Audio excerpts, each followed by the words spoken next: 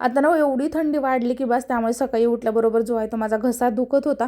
म्हणून थोडंसं म्हटलं काढा घेऊया. तर इथं मी थोडंसं जिरे, ओवा आणि त्याच्यामध्ये थोडेसे मेथीदाणे टाकले, भरपूर सारं अद्रक खिसून टाकलं, थोडीशी हळद टाकली आणि 1 ग्लास टाकला. म्हटलं आता ग्लास होईपर्यंत ते उकळत ठेवायचं होतं आणि लगेच ऋतूच्या टिफिनची पण तयारी करून घेतली. तर उठायला उशीर झाला की ठरलेली भाजी ती म्हणजे बटाट्याची भाजी मी त्याच्यासाठी देत असते. पहिले बटाटे बॉईल करायला ठेवले आणि लगेच पीठ मळून ठेवलं, जेणेकरून म्हणजे भाजी होईपर्यंत पीठ पण छान मळून जातं. आणि इथं तोपर्यंत माझा इथं काढा पण तयार झालेला होता, तो घेतला. त्याच्यानंतर ऋतूला टिफिन वगैरे बनवून दिला.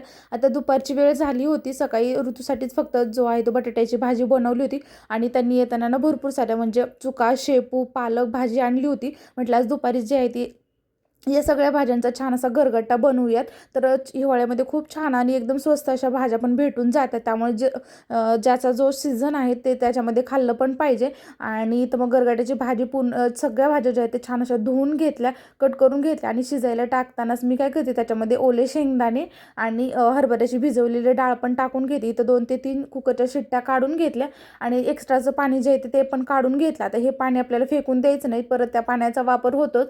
तर लगेच फोडणी द्यायला घेतली आणि मॅश करते वेळेस त्याच्यामध्ये मी थोडंसं बेसन पीठ पण टाकलं. त्याच्यानंतर छान अशी भाजीला हिरव्या मिरचीची फोडणी दिली.